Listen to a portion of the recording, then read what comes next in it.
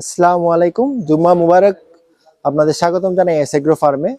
আজকে আমরা আমাদের সম্মানিত গ্রাহকের জন্য আমাদের পাকড়াটি ডিসপ্লেতে দিয়েছি। আর একটু ক্লোজে আসো।